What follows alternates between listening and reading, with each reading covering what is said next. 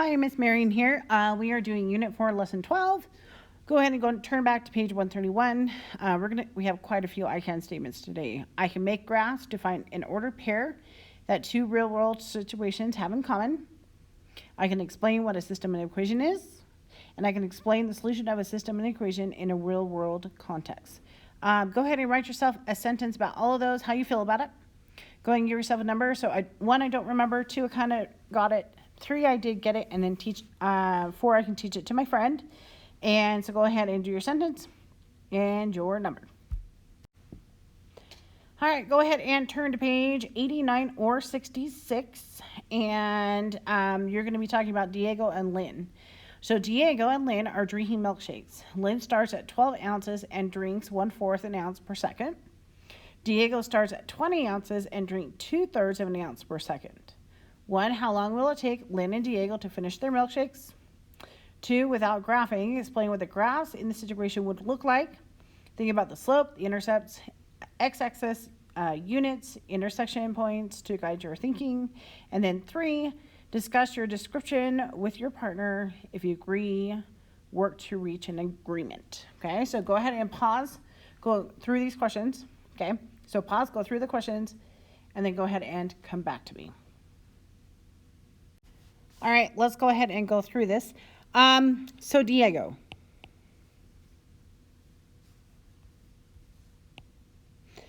So I know at the end of after eating all the milkshake, it's going to go to 0. I know he's going to start with 12 ounces, and it's going to take 1/4 off an ounce per time. Okay, and if I solve this, I can go -12, -12. So pretty much I have -12 divided by -1/4. So my time is 48 seconds. I can do the same thing with Lynn. Lynn, at the ending, it will be 0, starts with 20, goes down 2/3 of the time itself.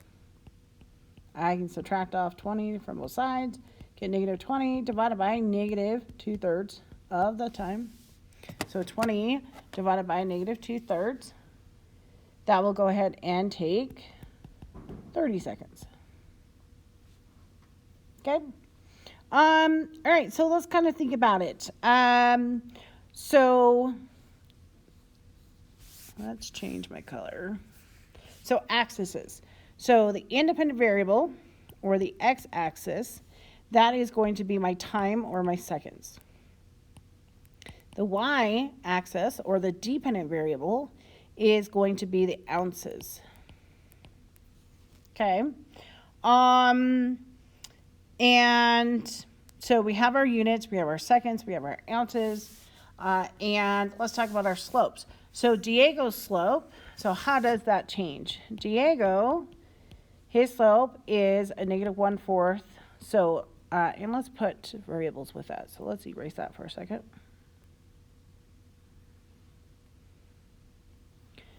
So it's going to be 1 ounce over 4 seconds. And then Lynn, and the reason why we did that is because we have our y over our x. And then Lynn is going to be 2/3, and these are negative, right? 2 ounces going down for every 3 seconds. All right, so the line for Lynn starts at 0,12. That's where it starts. The line for Diego starts at 0,48. Sorry, at 0,20.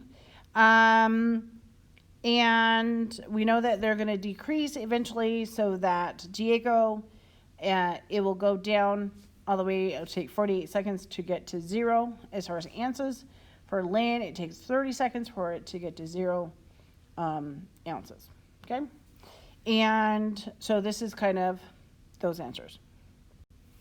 So for today, our goal is to be able to understand solving a system of equations, understand what a system equation is, to go ahead and create a graph of 2 lines that is a system of equations. So we're kind of doing a lot of stuff together, okay?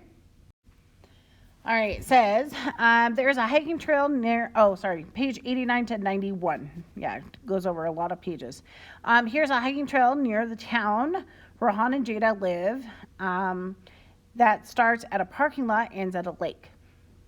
Han and Jada both decide to hike from the parking lot to the lake and then back. But they start their hikes at different times. At the time that Han reaches the lake and starts to turn back, Jada is 0.6 miles away from the parking lot and hikes at a constant speed of 3.2 miles per hour towards the lake.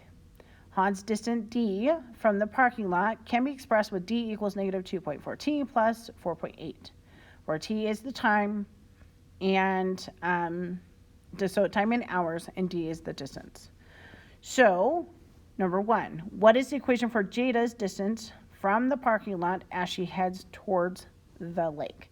So go ahead and pause, write down that equation, and then come back to me. All right, so let's go ahead and write that equation. So I like to kind of think of it as we're doing our distance, and this is Jada's. So where did she start? She started at 0.6 miles, pretty much away from the parking lot. And then what did she do? She went 3.2 miles per and then hour. So this is going to be 3.2 times t. So this is Jada's equation. So d equals 0.6 plus 3.2 t. All right, so number 2, draw both graphs, one representing Han's equation and one representing Jada's equation. And I went ahead and put both of those equations together on here. It is on your page, I understand that, okay? So go ahead and pause right now, and then go ahead and draw what the equation, both equations on this graph. And then once you're done, go ahead and come back. All right, here is the graph that you should have made. Notice how the blue line is Jada's, and the reason for that is her equation was the 0.6, so 1, 2, 3, 4, 5. So it's pretty much going up by 2, so 2, 4, 6, right? And then again, hers went up by 3.2 over 1, okay? So kind of keep that in mind. And then here is Han's. And his started out 4.8, went down 2.4 over 1 for his, okay? On number 3, it says, find the point where 2 graphs intersect each other. What are the coordinates of these points? And let's also do number 4. What do the coordinates mean in this situation? So go ahead and answer 3 and 4 together, and then go ahead and come back. All right, so where do these points intersect? They actually intersect here. And that coordinate point is 0.75, comma 3. Okay, what does this actually mean? So let's go ahead and let's label that stuff. So we have 0.75, that is the x-axis. And so we have hours. And then the 3 is the y-axis, which is miles. Okay, so what does this actually, so we have this, right? So at 0.75 hours or 45 minutes after Han left the lake, he passed Jada on the trail. So at 45 minutes, because that's 3/4 of an hour, okay? At 45 minutes, Han left he was leaving the lake, going back to the parking lot. He passed Jada on the trail. And he was walking for 3 miles. Let's go ahead and look at 5 and 6. What has to be true about the relationship between these coordinates on Jada's equation? And then what also has to be true about the relationship between these coordinates on Han's equation? So go ahead and pause, answer that question, and then come back. So what has to be the same pretty much for both of them is that our t is our time in seconds, and then our d is our distance, which is miles. So both of these letters or expressions, so the letters in the equations that we made for both of them, both of those have to be true for both equation. We put them on the same graph. They have to represent the same kind of thing. Okay? So kind of keep that in mind when we're talking about all of this. This is what is considered a system of equation. We're going to define that at the end of today. But we're looking at a system of equation, so one or more equation, and we're looking at those on a graph. All right, let's go ahead and look at page 91 and 92. And it says a stack of n small cups has a height of h in centimeters of h equals 1.5 n plus 6. We have another stack of n large cups has a height of h in centimeters of h equals 1.9 plus 9. Graph the equations for each cup on the same axis. Make sure to follow tails. Remember, title, axis, interval, label, scale. We want to go ahead and label everything on this and make sure you put your numbers on there. 1.5, we also know that that's 3/2, right? So kind of keep all of that in mind when you are graphing this. We can also do a table for each of these equations. We did tables yesterday. So we can make a table. Okay, what happens at 1 and then 1 cup? What happens at 2 cups? What happens at 3 cups? We can go ahead and use all that information to go ahead and graph these two lines on this graph. So go ahead and pause right now and then come back to me, and then we can see what we got correct. All right, I went ahead and graphed our scenario. So notice how I went ahead and I have a title, so large and small cup height is this whole graph. Notice how our y-intercept is the height of the cups, that is our dependent. So the centimeters depend on how many cups you have. Notice how on the bottom is the number of cups, that is our independent. And also notice how I took these equations up here and I made a table, kind of like we did yesterday. I put in 0, what would be the height? I put 1, what would be the height? I put in 2, what would be the height? Same thing with the large. So this was the small one, right? And this is the large. And I did the same thing. I went ahead and made a table. And so 0, what would be the height? 1, 2, 3, 4, 5, 6. And then all of this helped me go ahead and decide how to go ahead and graph all of this. So this is our graph for our scenario as far as the stack of large cups and then also the stack of small cups. Now let's go ahead and let's answer our question. For what number of cups will the two stacks have the same height? So go ahead and pause for a second, answer that question, and then come back to me. So really what we're asking is, are these lines here, are they ever going to cross? And notice how they don't ever cross, right? So there is no number. So no number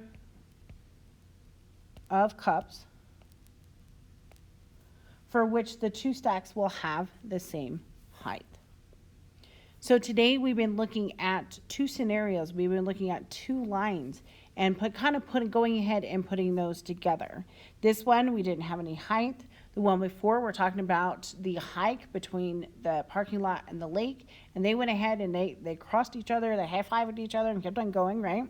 So these are things that we've been talking about for the last couple of days.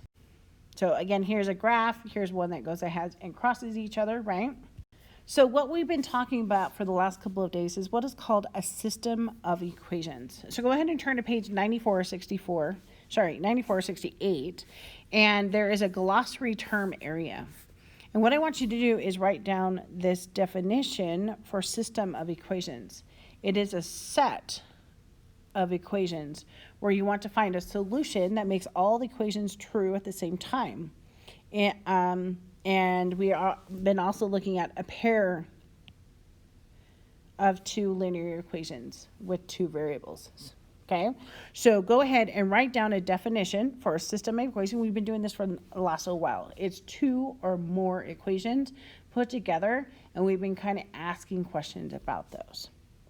So pause, write down your definition, and then come back to me.